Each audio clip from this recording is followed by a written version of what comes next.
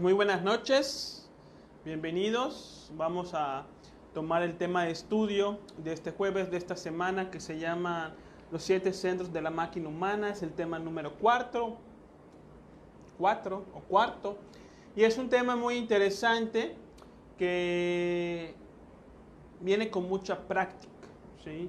Nos va a explicar ciertos procesos internos que se manifiestan dentro de cada uno, procesos internos que tienen que ser observados y que tienen que ser trabajados, ya que el desequilibrio de estos fenómenos es lo que produce el sueño de conciencia.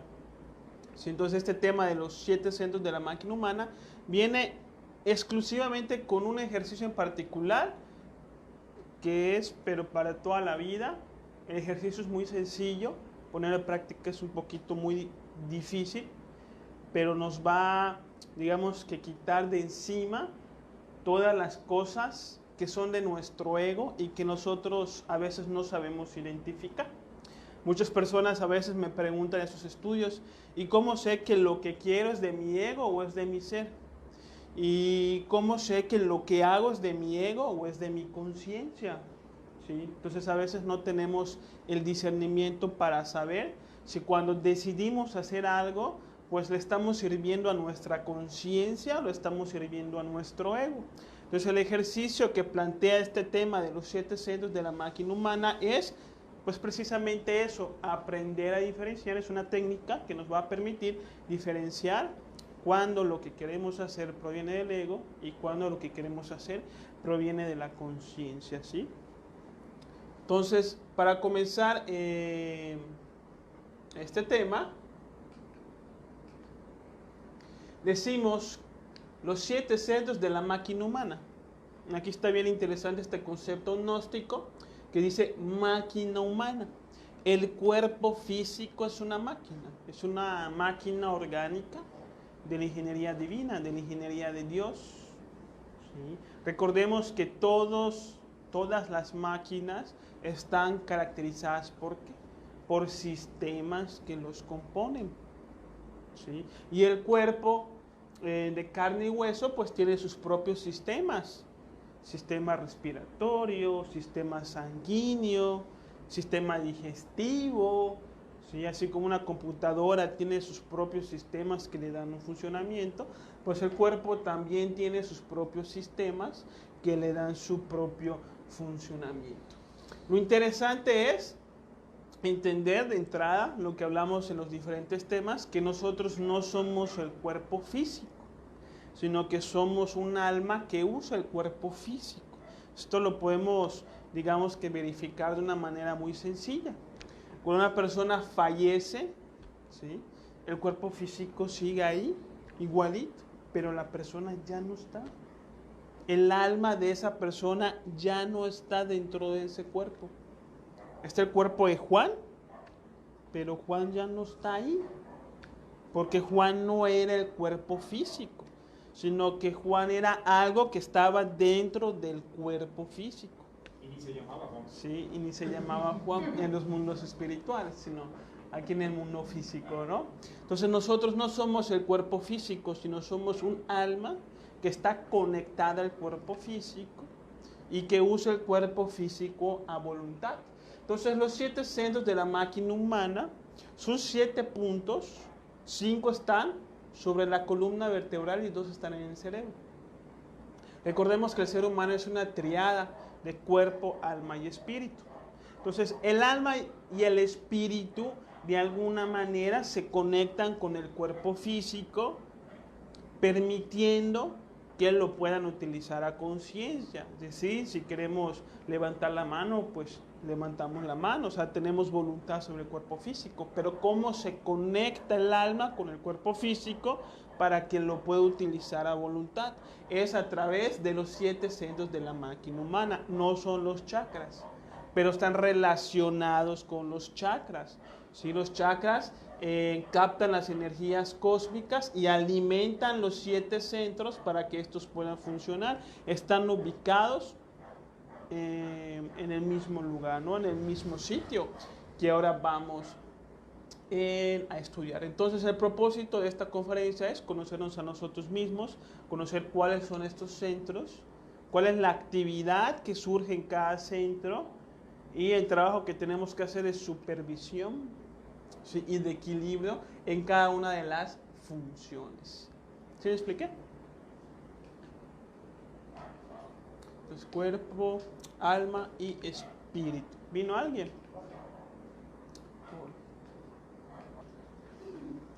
Centro sexual. Se encuentra a la altura del hueso coxis. ¿Cuál es la función del centro sexual? Crear, creación, ¿sí? El ser humano, independientemente de cómo decide utilizar su sexualidad, siempre crea.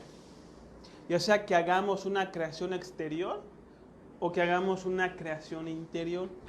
El ser humano, como no se conoce a sí mismo, no conoce nada de creación interior, cree que solamente a través del sexo se puede crear afuera. Y que si uno se pone, por ejemplo, un preservativo, pues ya no pasa nada. Pero siempre pasa algo, porque toda causa genera siempre pues algún tipo de efecto, ¿no? Entonces, existen tres formas de crear en relación a nuestras energías sexuales, dependiendo de cómo nosotros utilicemos el sexo. La primera le llamamos el sexo reproductivo, ¿sí? Pues es el acto sexual del hombre y la mujer, ¿sí?, en donde se hace una creación de tipo interior. Se crea o se gesta un nuevo vehículo físico en el vientre de la madre, que posteriormente va a ocupar un alma como vehículo para poder pasar una experiencia de autorrealización en el mundo físico. A esa alma pues le vamos a llamar hijo, ¿no? Tal y como los conocemos. Así venimos todos al mundo. Es la creación exterior típica que todos conocemos, sexo reproductivo. Es un acto sexual con la intención de procrear, con la intención de reproducirse. Ese es el sexo reproductivo. Existe otro acto sexual que se le conoce como infrasexo o sexo degenerativo. Este es un acto sexual, ¿sí?, que se realiza únicamente con la intención del goce de los sentidos, del goce del cuerpo físico, de la carne, que solamente está buscando la satisfacción del acto sexual. Se le llama degenerativo, ¿por qué? Porque degenera el alma de esa persona. ¿Qué es lo que pasa? Que el ser humano, ¿sí?, al identificarse demasiado con los placeres sexuales, empieza a desarrollar el instinto y empiezan a crecer los deseos y los apetitos animalescos. Se empieza a crear aquello que llamamos la lujuria o la lascivia. Entonces el ser humano empieza a dormirse la conciencia, empieza a perder sus valores humanos. Entonces el hombre ya no quiere salir con la mujer con la intención de conocer, de compartir, sino únicamente quiere salir, ¿para qué? Para acostarse con ella. Y la miente, y le promete, y la manipula, y la invita a cenar, la emborracha. ¿Para qué? Para tener sexo con ella. Eso se le conoce como el infrasexo. Es un sexo superficial y es un sexo egoísta que obviamente genera toda clase de sufrimientos, donde pues ya cada quien tiene su propia historia, me imagino, ¿no?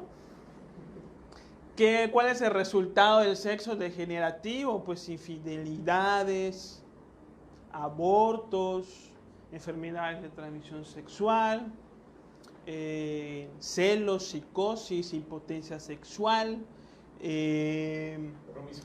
promiscuidad, asesinatos, ¿sí?, porque te deja la pareja y el infrasexo, o sea, tus instintos sexuales ya despiertos no buscan cómo satisfacerse, y esa ansiedad se le echa la culpa a la otra persona, y si no es mía no es de nadie, van y la matan, ¿sí? o se suicidan en muchos casos, cuando el hombre deja a la mujer, pues la mujer ya no quiere vivir, sino va a disfrutar ya de ese placer, de esa satisfacción que produce el sexo degenerativo, que es un placer muy elevado, ¿sí? Que parece positivo, pero uno no está viendo que genera dependencia, ¿no? Y que en la ausencia de eso se producen estados muy fuertes de ansiedad. Entonces a veces la mujer se suicida, ¿sí? ¿Qué otra cosa pasa? Prostitución, la trata de mujeres, divorcios, bueno, un montón de problemas existen hoy en día en torno a la sexualidad, que es el resultado simplemente de no respetar el sexo.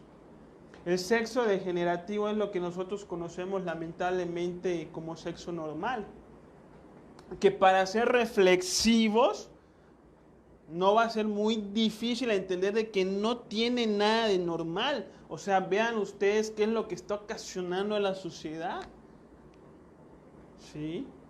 Ya los hombres quieren ser mujeres, las mujeres quieren ser hombres, ya hay personas que ya ni quieren ser todos los sexos al mismo tiempo, otros dicen que no tienen. O sea, a ese grado ya estamos. ¿Sí?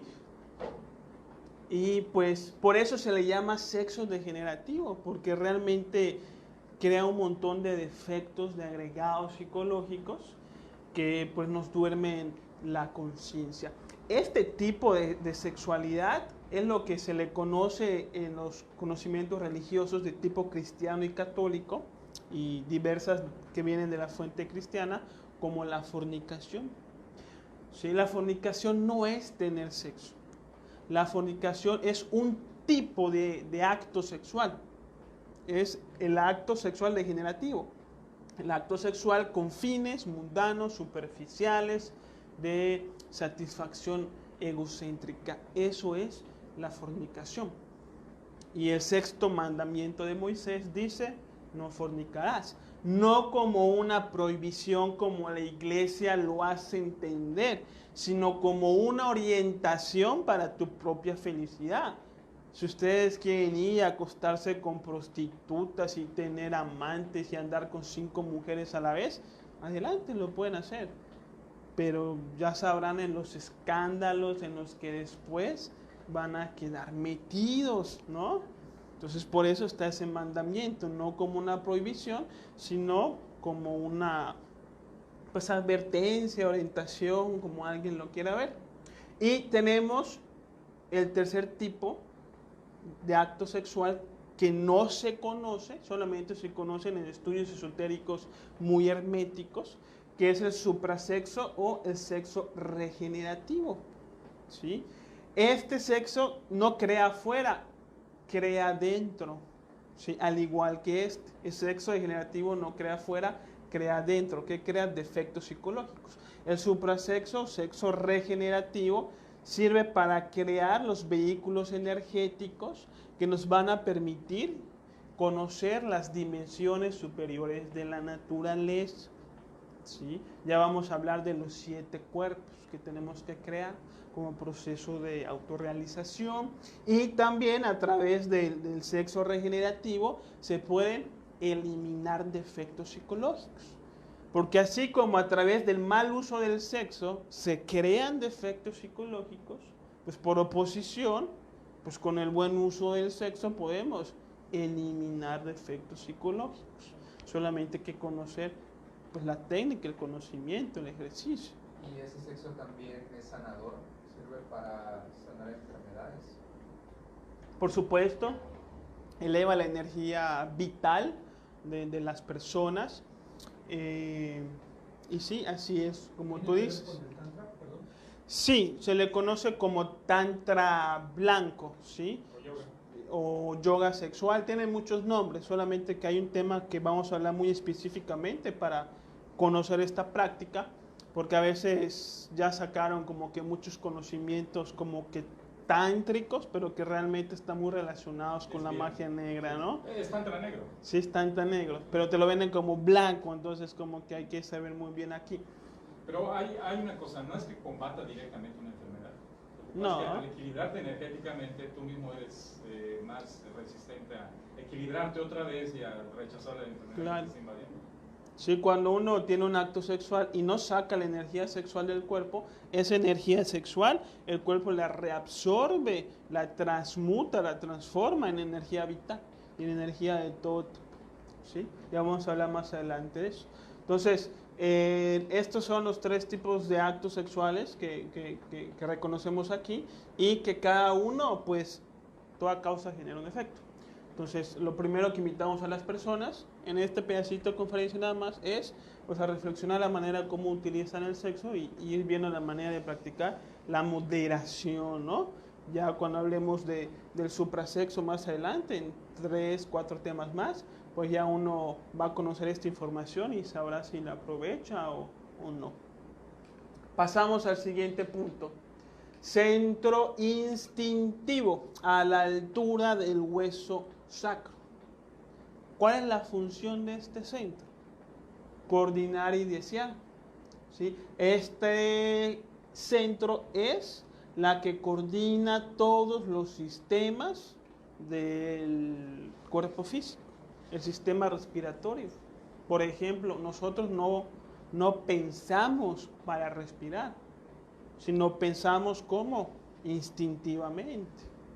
La sangre que circula por nuestras venas, que bombea el corazón, que lleva al cerebro, nosotros no participamos en este tipo de funciones vitales, porque son de carácter instintivo.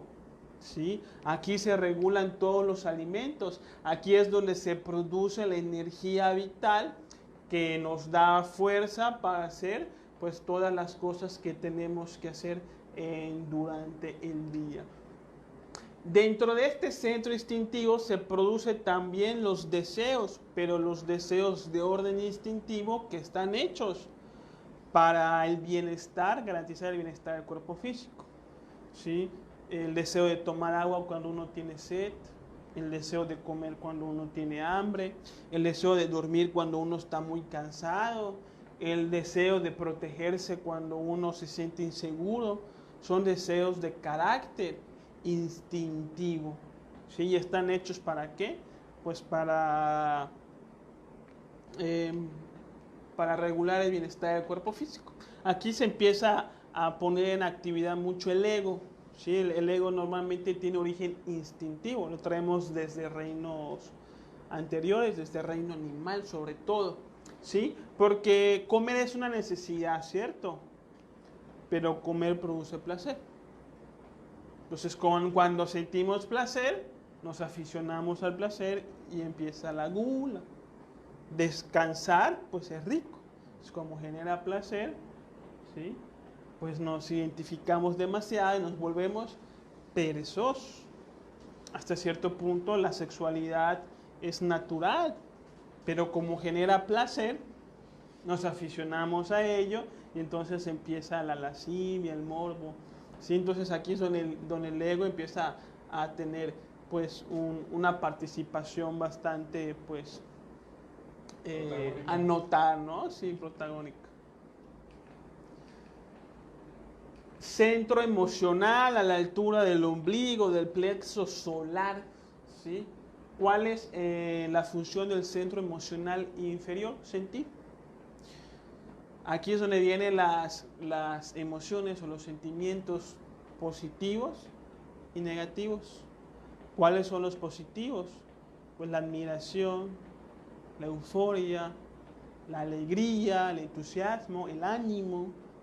¿Cuáles son los negativos? Pues la tristeza, el desánimo, la ira, el sentimiento de temor, de preocupación, ¿sí? ¿Por qué se le conoce como centro emocional inferior? Porque el ego es quien se manifiesta a través de este centro. La mayoría de nuestras emociones son un reflejo de nuestras propias limitaciones mentales. Es una expresión de nuestro propio ego, ¿sí? Nos duerme la conciencia. Podemos sentir admiración por personas que de verdad no merecen admiración en términos de conciencia. Y si les pongo un ejemplo, les hablo de los narcotráficos. Sí, mucha gente admira a los narcotráficos. Escuchan canciones que hablan de narcotráficos. ¿Sí? ¿Y quién admira a esa gente? El ego, la conciencia. Es el ego quien siente admiración. La alegría de la borrachera. ¿Sí? Ahí está. La alegría de los videojuegos, la alegría de hablar mal de los demás. Decimos que la venganza es dulce. O sea, la venganza genera cierto placer emocional. Cuando la persona que nos cae mal le va mal. Entonces esos sentimientos, aunque sean placenteros, son parte del sueño de conciencia, son egoístas. ¿Sí? Tenemos aquí como que una limitación instintiva y emocional de una percepción muy limitada de la realidad que produce mucho sueño de conciencia. ¿Cómo se da esto? Creemos que lo que nos gusta está bien y lo que no nos gusta está mal. Sí, y esa es una gran limitación, porque a veces lo que nos gusta es lo que está mal en términos de despertar de la conciencia, y lo que no nos gusta es lo que nos es útil para el despertar de la conciencia. Les pongo un ejemplo. Imaginemos que la pareja normalmente llega a la casa a las 6 de la tarde y un día llega a las 9:30 de la noche. Entonces, uno se molesta y le reclama a la pareja diciéndole que eso está mal, cuando en realidad no es que esté mal, sino que no te gustó que haya llegado esa hora. Pero eso no significa que esté mal. ¿Qué tal si la persona se fue al súper antes de ir, si fue a visitar a su mamá, si se quedó a trabajar más tarde, o lo que haya tenido que hacer? A lo mejor y no estuvo mal. Pero como no nos gustó que haya llegado esa hora, interpretamos que estuvo mal lo que hizo. ¿Sí me explico? Entonces ahí tenemos una terrible limitación que tenemos que trabajar. Ejemplos, por ejemplo, cómo nos limita este centro emocional. Queremos hacer nuestras prácticas de despertar de la conciencia, estudiar los temas, hacer una meditación, ayudar a otra persona y sentimos pereza de hacerlo. Entonces tenemos que luchar contra el centro emocional, porque si no este centro nos detiene, ¿no? Hartos de ayudar, deseos de consumir alcohol y drogas, deseos de pelear, de discutir, de reclamarle algo a alguien, pues todos esos deseos pues son los que nos generan toda clase de conflictos. Por eso le llamamos centro emocional inferior, ¿sí? Y hay que tener mucho cuidado con esos conceptos, pues no sé si tipo coaching o como que generales, que a veces te dicen, haz lo que tú sientas. ¿Sí? Haz lo que sientas, pero es que en los sentimientos participa también el ego. O sea, hay que supervisar qué clase de sentimientos tenemos. El problema es que te lo recomiendan irresponsablemente. Irresponsablemente. Y si tengo ganas de matar a mi pareja, ¿qué? Échatela. ¿Sí? Pues ahí no va a aplicar ese consejo, ¿no? Entonces... Te dominó tu centro instintivo de tomar agua, ¿no? Sí pasa. Entonces hay que tener mucho cuidado con este centro emocional que es a la altura del ombligo, ¿no?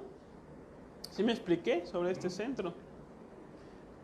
El centro intelectual inferior a la altura del corazón. La función de este centro es pensar, ¿sí?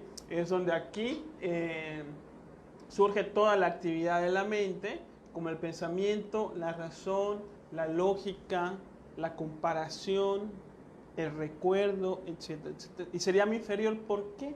Porque también el ego participa en la actividad de este centro. Entonces a veces planeamos venganzas, planeamos estafas, planeamos robar, planeamos matar, planeamos abusar, recordamos eventos digamos que de manera negativa, que nos hace sentir rencor hacia los demás, le echamos la culpa a los demás, justificamos nuestras malas obras, ¿sí? Exageramos las cosas, pensamientos negativos y toda clase de cosas, ¿sí? Que genera toda clase de problemas sociales, ¿no? Por eso se le conoce como centro intelectual inferior. Sí, hay que supervisar lo que pensamos y trabajar sobre este centro, que ahorita les voy a pasar el ejercicio. Centro emocional, aquí me faltó uno. Sí, está más adelante. Sí. No. Bueno, lo voy a decir. Hay otro que es el centro motor, a la altura de la laringe. ¿Sí? Aquí está. Este centro motor lo que hace es coordinar toda clase de movimientos. Tiene su propia memoria independiente al de la mente, ¿sí? Y coordina toda clase de movimientos. Por ejemplo, cuando nosotros vamos pues a aprender a montar bicicleta, pues a veces como que sí tenemos que pensar, pero una vez que este centro aprende el movimiento motriz para montar la bicicleta, nosotros ya no tenemos que pensar al momento de montar bicicleta. Ya la hacemos solitos, ¿sí? Porque es el centro motor quien está haciendo ese trabajo. Cuando un cocinero, por ejemplo, va a cortar las verduras con un cuchillo rápido, ¿sí? Con un cuchillo muy filoso y de manera casi perfecta. Lo hace sin pensar, porque es el centro motor quien está haciendo esa actividad, no el centro intelectual. Por eso no se piensa, porque es otra parte del funcionalismo del alma en la máquina humana. Si se piensa, se sabotea la actividad del centro motor. Entonces, si la persona, el cocinero que está cortando la verdura, en algún momento llega a pensar en cómo está cortando la verdura, ahí se corta el dedo. ¿Sí? Si estás montando bicicleta y te pones a pensar cómo la estás montando, ahí es donde empiezas a perder el equilibrio. Porque estás poniendo en actividad el centro, estás poniendo al centro intelectual a manejar la bicicleta, a cortar la zanahoria, y no le corresponde al centro intelectual, le corresponde al centro motor. ¿Sí me explico? Ahí se regulan.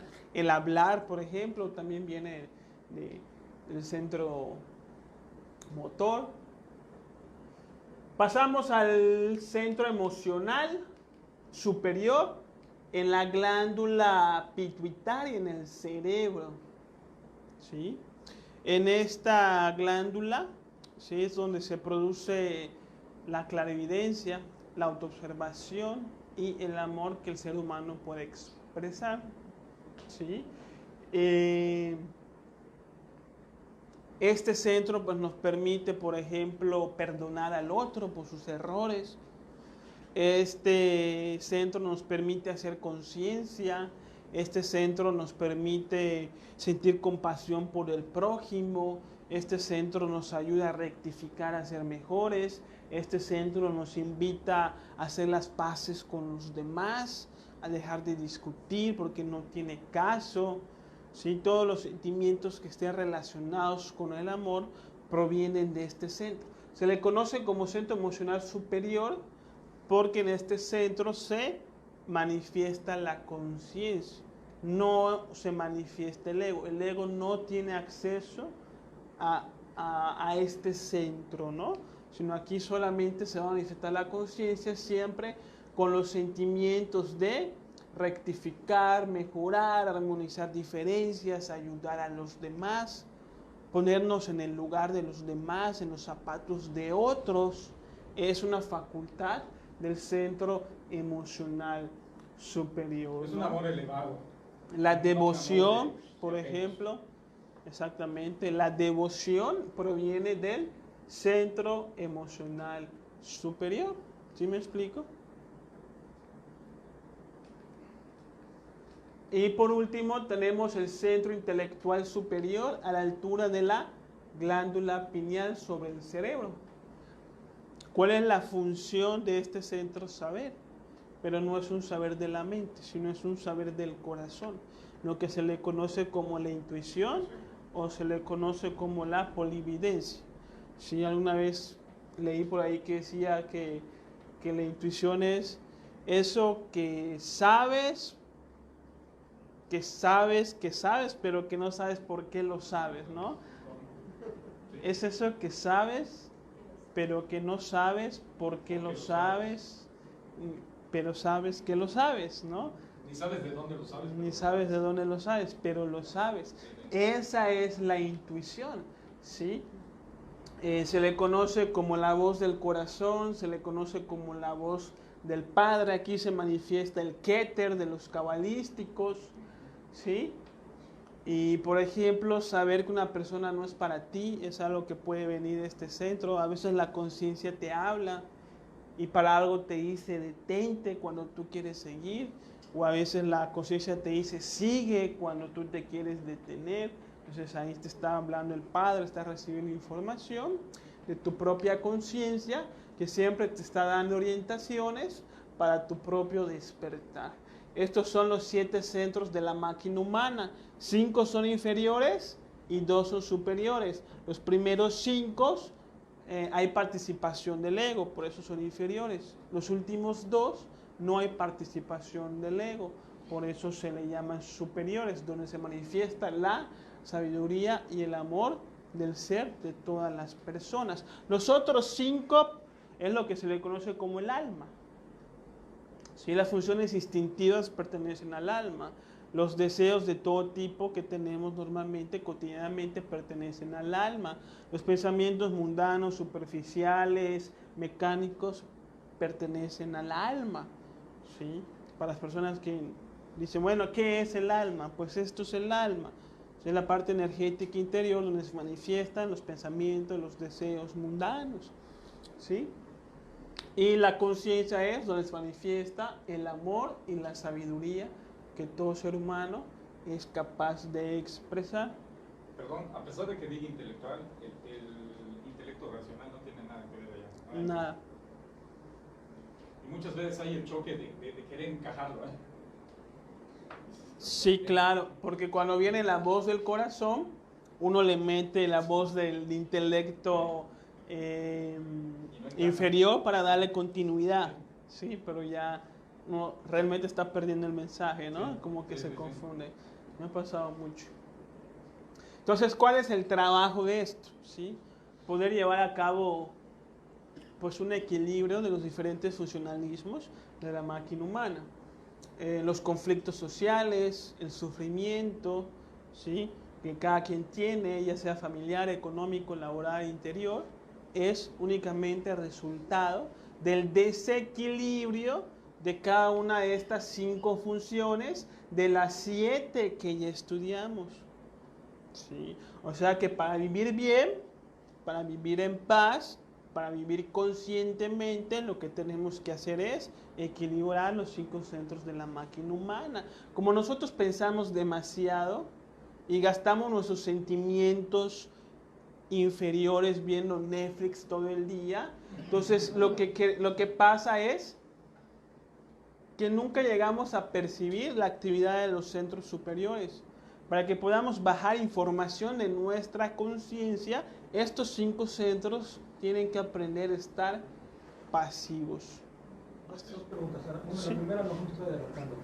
¿Hay manera de reparar estos centros? Sí, al ejercicio voy. Perfecto, gracias. Y segunda, si están dañados los 5 de abajo, ¿no se puede acceder al de hacia arriba, por ejemplo?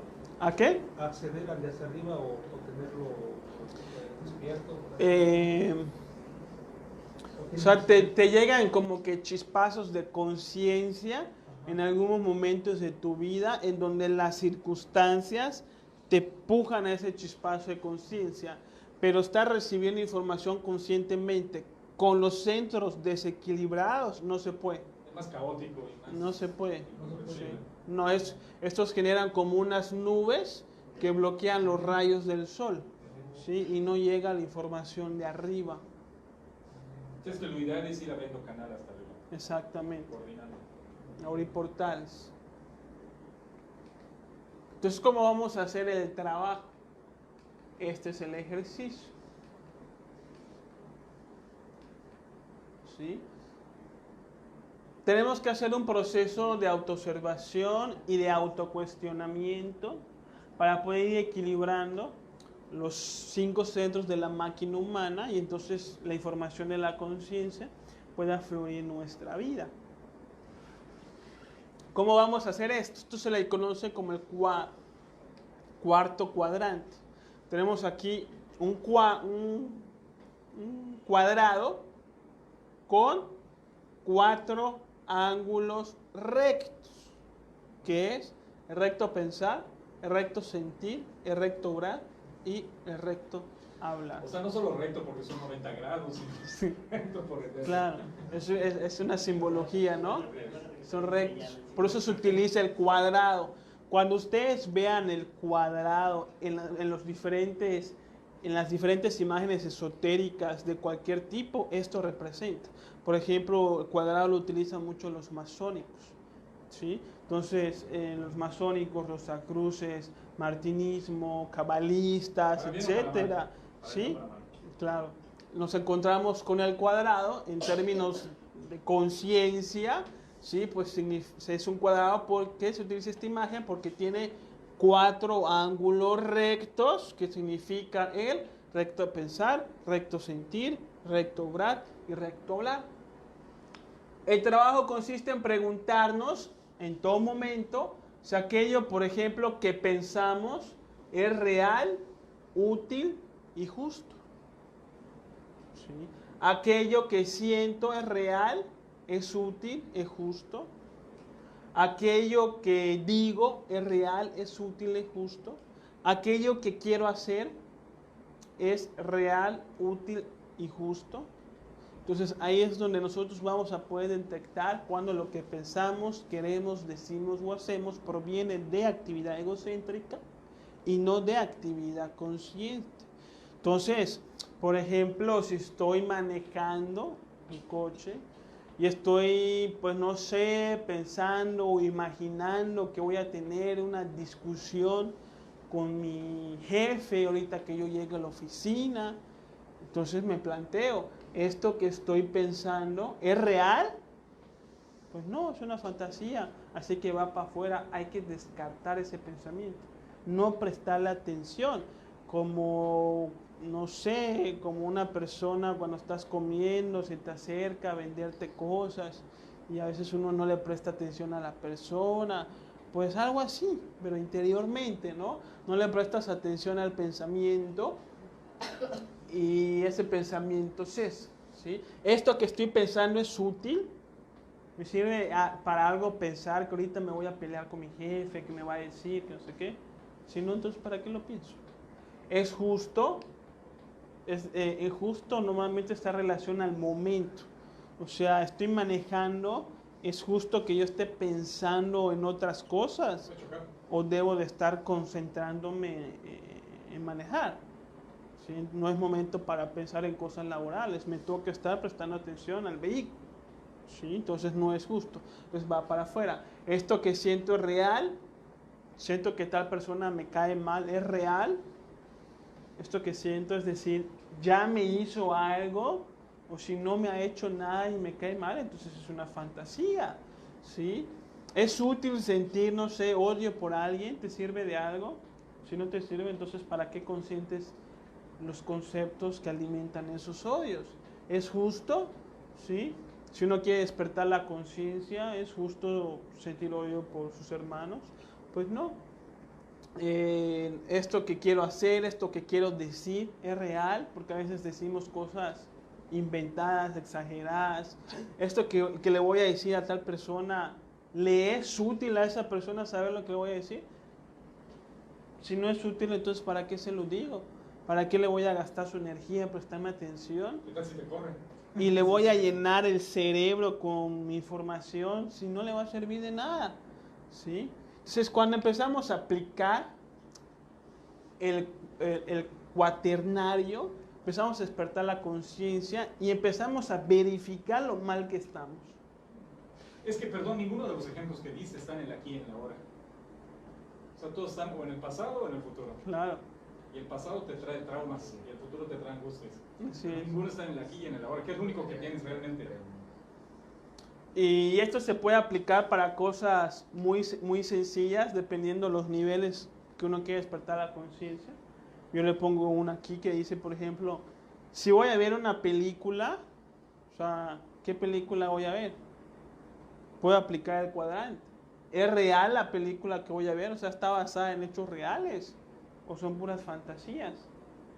Si son puras fantasías, ¿para qué le quiero meter más fantasías a mi mente de las que yo mismo me hago, que me funcionan de alguna manera como limitaciones, ¿no? Si poniendo más limitaciones encima, ¿es útil? ¿Me es útil, no sé, ver esta película? Si no me es útil, si no tiene un mensaje, entonces ¿para qué la veo?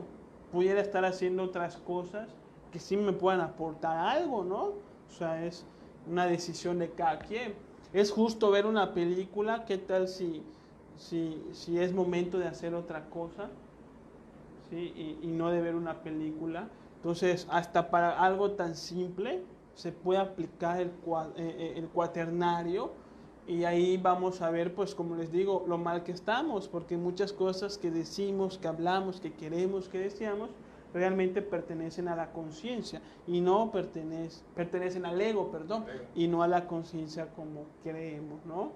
Voy a comprar algo, quiero comprar algo, lo que sea, voy a aplicar el cuaternario.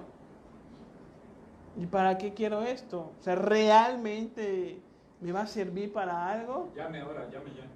¿Sí? ¿Es útil esto que voy a comprar? ¿Es justo que compre esto? Porque de repente a veces por deseos quiero comprar algunas cosas cuando hay necesidades económicas que no queremos solventar porque no nos generan ese deseo y esa satisfacción egocéntrica, ¿no? Entonces ahí uno lo verá. Y así, o sea, realmente es un ejercicio, o sea, la manera en cómo se plasma el ejercicio es bastante sencillito, ¿no? Pero en la aplicación, sí, o sea, el ejercicio es sencillito, pero en la aplicación es un poquito, pues, pesada, ¿no? Pero el despertar, pues, va a venir por ahí. Esto lo que va a hacer es que se equilibren los 5 centros de la máquina humana, que dejemos de pensar de más, que dejemos de sentir cosas tontas, y entonces ya la conciencia va a empezar a fluir y nos va a empezar a llegar información y vamos a empezar a comprender cosas de la vida diaria, porque las enseñanzas de despertar de la conciencia están en los eventos de la vida de cada quien. ¿Sí me explico? Ese es el ejercicio. Sócrates lo aplicaba, ¿sí? Su enseñanza, que se le conocen como los 3 filtros, solamente que él hablaba de verdad, bondad y utilidad.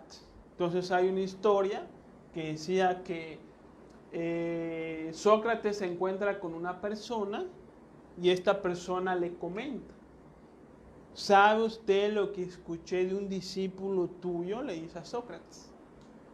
Y Sócrates le contesta: espérame, antes de que me cuentes, déjame aplicarte los 3 filtros. Y el otro dice: bueno, está bien. ¿Eso que me vas a decir te consta que es verdad? Y la otra persona le contesta: pues no lo sé, realmente no me consta que sea cierto, yo solamente lo escuché. Y dice Sócrates, ¿sí? Y Sócrates dice: bueno, está bien, no te consta que sea verdad, o sea, pudiera ser mentira, ¿no? Ok. Segundo filtro: ¿eso que me vas a contar de mi discípulo es algo bueno de él? Y dice esta persona: no, todo lo contrario, es algo muy malo. Sócrates: bueno, ok.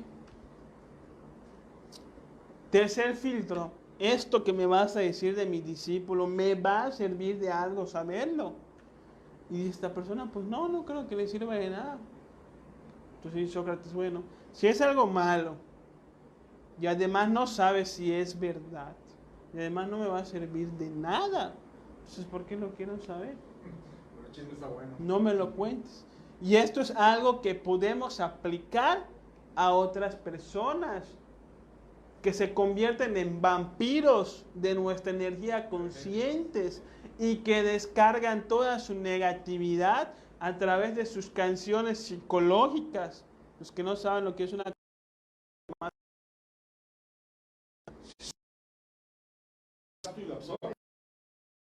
bien sus pleitos, sus sí, y nada más descargan toda su negatividad. Tiene que plantearse esto y decir, bueno, esto que me es real o me está hablando a su modo y a su conveniencia. Esto que me está diciendo no es nada útil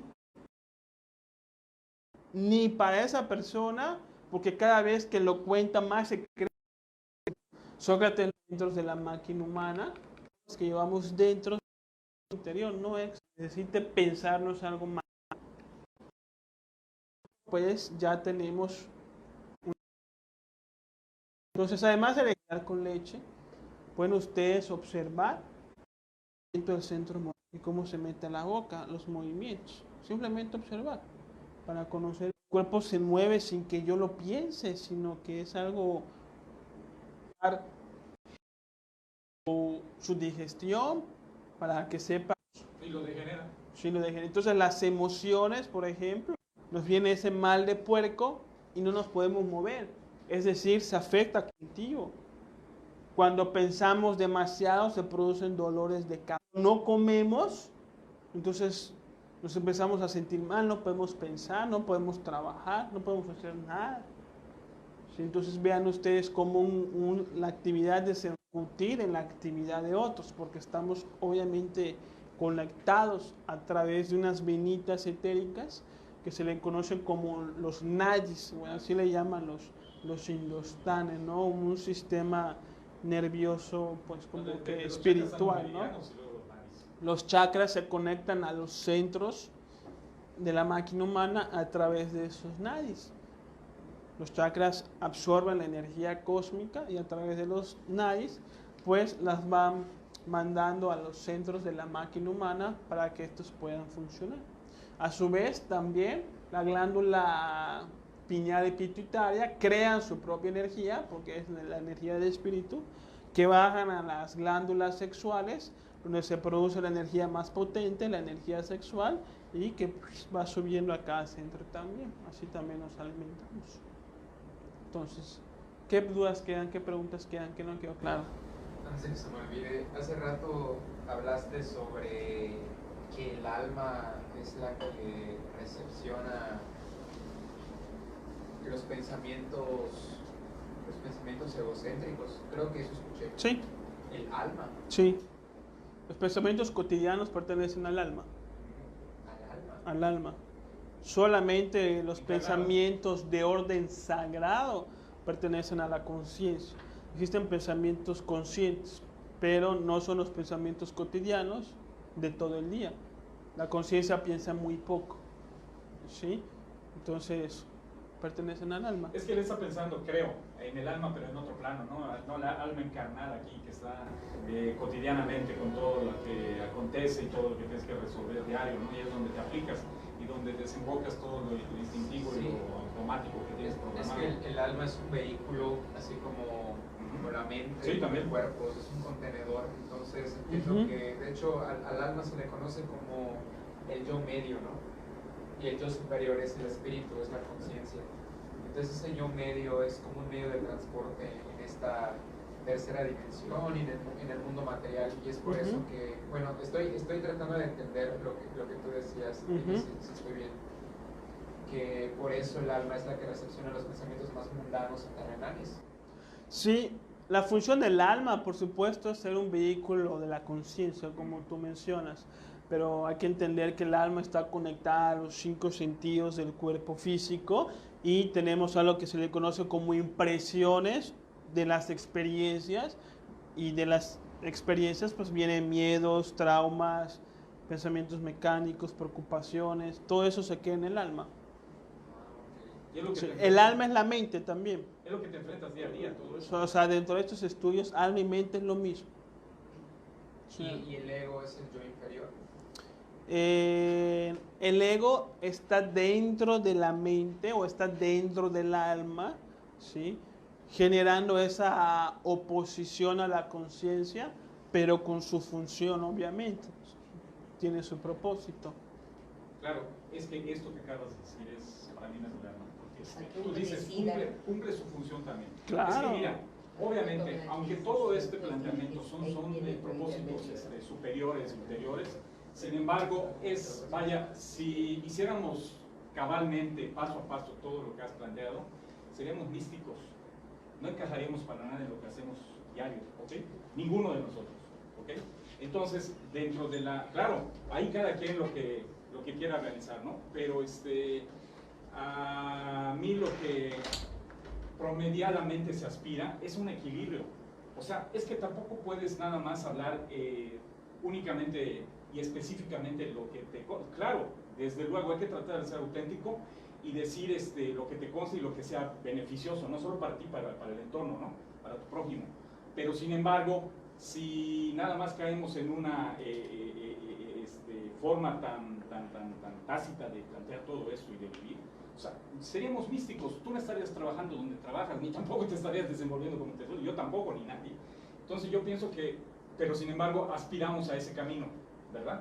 Entonces, poco a poco, que no se nos atragante. Hay que tratar de buscar un equilibrio, tratar de que si conversamos algo, pueden ser incluso trivialidades, porque sean trivialidades ecuánimes, que sean trivialidades ciertas, que sea algo que nos consi, que sea para el provecho, para dar un contexto de la situación que has vivido y que quieres compartir con otros, ¿no? O sea, tampoco autolacerarse por no alcanzar estos altos ideales, que a pesar de ser muy elevados, pero son demasiado disímbolos a la manera en que vivimos y lo que somos hoy por hoy. Sí, claro. Preguntan, ¿cuál es el propósito del ego? El ego es nuestro maestro, ¿sí? El ego es igual a ignorancia, ¿sí? El ego es ignorancia, 100%.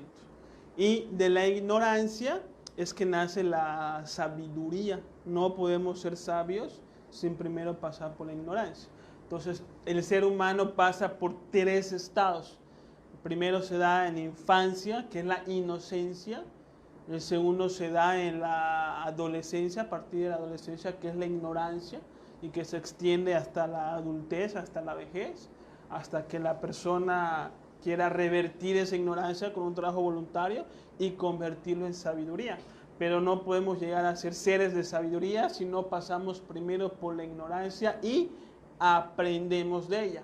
Cumple una función. Sí, o sea, hay que aprender del ego, Claro. hay que aprender de nuestros errores, hay que aprender de la ignorancia, ¿sí? Eso es el propósito del ego, es nuestro maestro, ¿no? Otra pregunta, a la hora de aplicar el cuaternario, ¿puede que el ego se intervenga en ese proceso reflexivo? Siempre, el ego siempre va a estar en todas partes. ¿Qué recomendaciones le darías a una persona entonces que está haciendo el cuaternario y de repente tiene hasta duda de si lo está haciendo bien? O de repente la forma en que analiza, reflexiona, también tiene ese momento esta duda, ¿no? No tener ningún consejo que no sea la práctica y la experiencia de la práctica. Porque pues lo que nos falta en muchos casos es el discernimiento, ¿no? A veces no sabemos si estamos haciendo bien el ejercicio o no lo estamos haciendo bien. Pero con la práctica vamos a ir haciéndolo un poquito mejor, vamos a ir dando cuenta de nuestros errores y de cómo cada vez hacerlo mejor. A través de la práctica yo creo que iremos haciendo mejor. Por ejemplo, el hablar y el hacer, como que siento que es hasta un poco más, entre comillas, fácil de controlar, de nuestro poder de controlarlo día a día para rectificar. Pero a veces siento que el pensar o el sentir, por ejemplo, a veces sé que son los pensamientos positivos, depender a todo es mucho mejor, o quiero sentirme feliz todos los días y agradecido, y sé que eso va a tener muchos beneficios, pero a veces no sabría cómo desarrollar y controlar los pensamientos negativos o los sentimientos negativos que a veces parecen ajenos a uno, no sé de dónde Sí. vengan. Entonces se hace mucho más difícil a veces. Siempre, claro que sí. Si esto lo vamos a estudiar a través de un proceso interior que se llama la no identificación. O sea, los malos pensamientos van a seguir saliendo. Claro. Los malos pensamientos van a seguir saliendo, pero uno no les da cuerda. Si uno no les presta atención, estos pensamientos se van solos sin que te molesten, ¿no? Entonces, y ya con la meditación, poco a poco, vamos a ir purificando la mente para que esa negatividad cada vez sea menor, ¿no? Pero sí, los pensamientos, claro que es más difícil, y los sentimientos también, porque es lo primero. O sea, detrás de una palabra ya hubo un sentimiento y ya hubo un pensamiento. ¿Sí? En cambio, a veces detrás del primer sentimiento no hay nada, está el evento. Detrás del pensamiento no hay nada, está el escenario. Entonces, ahí es donde la autoobservación, pues, ahí es donde se exige autoobservación, si no uno no se da cuenta, ¿no? Pero en esa autoobservación, Víctor, no hay cánones marcados, ¿eh? O sea, es muy personal ese trabajo. Todos estos lineamientos que dan ese panorama general, pero cada quien es responsable de ir buscando su propio camino. Y el camino tuyo no va a ser el mío ni va a ser el de nadie. O sea, cada quien tiene que ir labrando. No hay camino, se hace camino al andar. Tú vas labrando, ¿sí? Tú vas labrando tu propia esencia y tu propia búsqueda y tu propio encontrarte. Así es, por eso se llama conocimiento de sí mismo. Así es. Hay un comentario, pregunta. Dale. Cuando, no sé si por dicho popular, también se puede confundir, cuando decimos a alguien quiero que te vaya bien, con todo el alma, en realidad está mal aplicado. Quiero que te vaya bien, con todo el alma. ¿Sí? O algo deseándole que a alguien le vaya bien con todo el alma. Puede ser de la conciencia, puede ser una emoción de tipo superior que puede llegar a través de algo que se le conoce como inspiración o como ¿cuál es la virtud de la envidia? Creo que lo que menciona es que como describiste que en el alma, O sea, que con lo mal, con la frase, la frase. Bueno, es una expresión, Bueno, pero creo que por eso también confundimos que es el alma, porque tú lo quieres decir como con todo lo mejor que yo tenga. Así es, Y el alma, con toda el alma decimos para muchas cosas.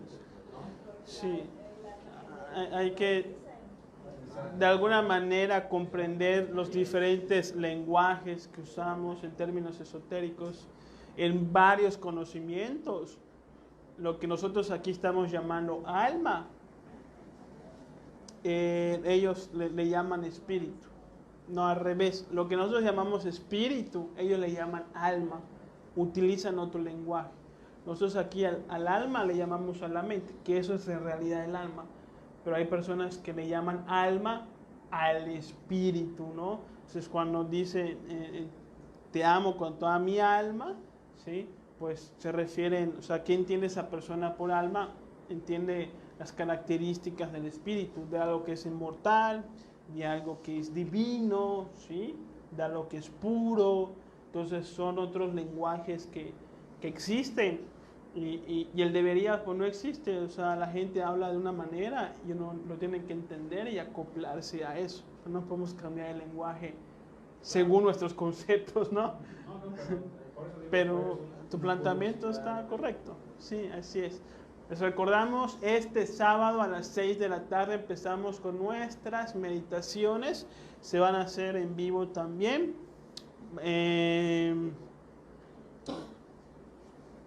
Se transmiten, pero en un grupo que se llama Sala de Meditación CSDM,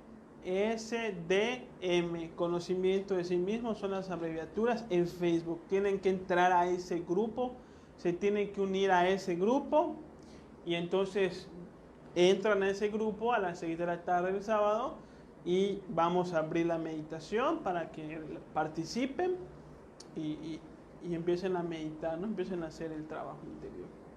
¿Otra duda? ¿Otra pregunta? ¿Todo bien? Bueno, pues muchas gracias por venir a las personas que nos siguen en las redes sociales, muchas gracias que nos siguen, que compartan la información, pueden comentar, pueden preguntar, pueden calificar también la página. Saludos a Perú, Saludos a nuestros hermanos de Ecuador, a las personas que nos siguen de otros países, que nos siguen de otros estados de México. Es muy padre que se conecten, porque pues la verdad, la idea de transmitir este conocimiento en vivo es para gente de otros países, de otros estados, aunque también se conecten gente de nuestra localidad, ellos pudiesen venir, ¿no? Pero la gente de otros países, pues es bien interesante ver cómo de alguna manera uno abre el espacio y la gente se va conectando por principios de afinidad y conciencia, y vamos creando pues ese grupo virtual de personas interesadas en sus estudios. Así que nos vemos el próximo jueves, que toca el tema de las dimensiones. Así que pasen beneficiar, hermanos.